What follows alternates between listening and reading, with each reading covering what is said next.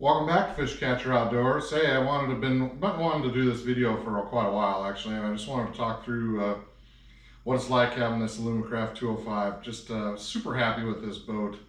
I fished a lot of waters in Iowa with it. I spent quite a bit of time up South Dakota, been up to Canada. Just super happy with it. Handles big water great. For the most part, it's pretty dry for tiller for sure. I'm running the 150 Merc with hydraulic steering. Just an awesome setup. It'll run low 40s all day long. Doesn't seem to make a huge difference on load. I've had 8 people in here before, and it has capacity to 8 people. I pull tubers with it. I pull skiers with it. Since I put the turbo swing on there, that's been a huge improvement. So just all around great boat. Just couldn't be happier with it. I wanted to spend a little time talking about it. So I'm an engineer by trade. One of the things I like to do is kind of customize things. So I've done quite a bit of wiring changes and etc. And I also own a 3D printer, so I've built a few things for that. So I was hoping to maybe just kind of show you around the ride, show you a few things about it, and show you a few things that I've done to customize it. As you can see, I'm running the kicker on it as well. 9.9, 150. Put a Bimini on it. The Bimini I've had questions about a lot actually. The Bimini is mounted on the Alumacraft. Actually bolts on there, and then it's got 2 straps. One goes forward, one goes back on each side. Been super happy with how that works. It gives you a little shade. I've never had a Bimini on a boat before, and I can't believe I didn't have one earlier. Here's something that I 3D printed. It's a little bracket, just kind of keeps my flashlights, bottom finders, scissors, all the things in one spot. So it's right here by the cup holder. So I got one in the back that I put together. I've also got one up here in the front. And those things are things that I've 3D printed. Really, it works out pretty great.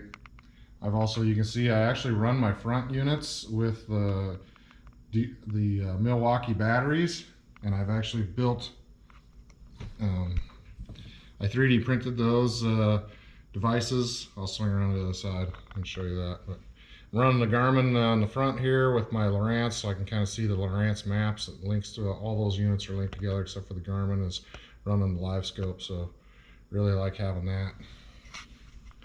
Some of the other stuff I've done. So normally these have lights up in the front. I did install the lights under the gunnels. So I've got LED string lights underneath those. They're just the cheapos that you get on Amazon. I had them on my previous boat. Worked great. Have it on this boat as well. You can see I actually made a bulkhead fitting and 3D printed that for my wires to go through. Installed a 12-volt outlet up here as well.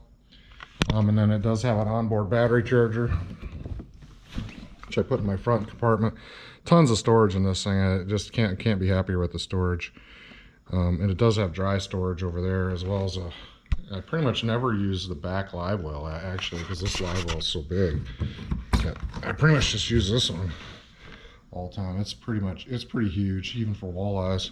So I almost never, I actually have considered taking the back live well out. I just haven't been too chicken to do that so far. But here's my 3-bank charger. Then when I installed that onboard charger, I actually just run the wires up here to plug it in. And that's where I store my ropes and stuff too. There's pretty good storage up underneath the front here. But so I installed all that, put the lights in.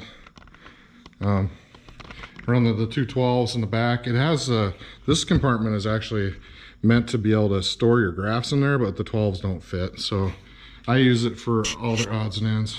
Probably my other favorite thing with this boat is this built-in cooler, so I don't have to have a cooler laying around taking up space. So it's great to have the inboard built-in cooler.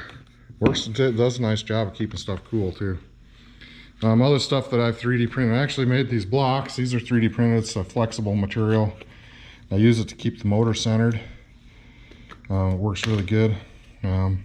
This motor will tend to slide, even with the hydraulic steering, it'll tend to lay over on its side if over time when I'm trailering. So I like to have, I got one on both sides. It goes right over the hydraulic arms. It's got storage Right there, a couple trays. I can actually keep 6 tackle boxes right there in those 2 trays. I also put in a Merc gauge, and I built my own wiring harness. I have experience with that, doing wiring harnesses for off-road equipment. So built that from scratch to connect that gauge. Gives me some of the basics so I can get some of the trouble codes and temps and hours and all that good stuff. Here's more tackle storage in the floor. It'll actually hold 3 planos, or a lot of times I actually line that with a garbage sack and use it for garbage. Here's one of the things I'm proud about. This is directly connected to my trolling motor batteries. Gives me a readout. I can look at there and just see where I'm at from a trolling motor battery standpoint. So I 3D printed that gauge cluster, and it goes right in the hole that was already there. Here you can see, I want to show you the side rod storage. Yeah, it gives you a flavor. Here's a 7-foot rod. You can see it goes clear up there, so yeah, at least 11 footers I can fit in the side rod, and I don't even want to guess how many rods I got in there, but you can put probably 20 rods in there easy.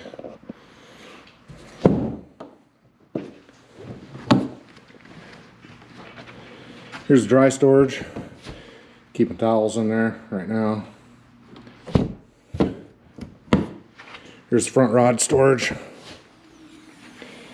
You can see all my lead core combos, and I also keep my regular trolling combos in there. And holds a lot of rods, and underneath there's the trolling motor batteries under that floor. So they're easy to get to. Just pop those 2 covers off. And it'll fit at least 8.5 footers up there. So there's a couple of those poles are 8.5 footers in one piece. So then I've added different lights in the center. These are the lights that it comes with. I actually have those disconnected. Like I said, I have the under the gunnels, I have the LED rope lighting. I have LED rope lighting in this compartment as well, and I've got switches for that back here. I've got some of these little eyeball LEDs, kind of looks like. So I've got that on a switch here. And I've also added a couple different charging areas. So this one's got ports for charging cell phone back here, or charging GoPros and stuff like that, and a 12-volt port. And then this is directly to the battery. So, and I added the same thing over here, a 12-volt port there, and then also more USB charging over there. So keeping everything charged up can be a thing. And then probably one of the other things I really like, I added this netting to the bow, and I keep a lot of stuff that I want access to right up there. And even I kind of have temporarily installed the Garmin. I've just been kind of playing with where I want it, but having the netting up there has just been super awesome. So the XI5, had great luck with it. I may shoot a video that shows the how I get the boat in the water. Super fast and efficient. I actually back the boat in, drop it in, and then I just run the trolling motor out, anchor lock it, go put the boat away, come back down, drive the boat back up to myself, pick myself up. And I trust that anchor mode explicitly. I've used it in the water. I don't even want to guess how many hours. I actually had to buy a new remote because I've worn all of the buttons off, and I'm starting to have a few issues with the buttons not sticking and doing what I want to do. So I've actually got a new remote I'm going to install today. And then I made my own Garmin pole. You see these a lot too.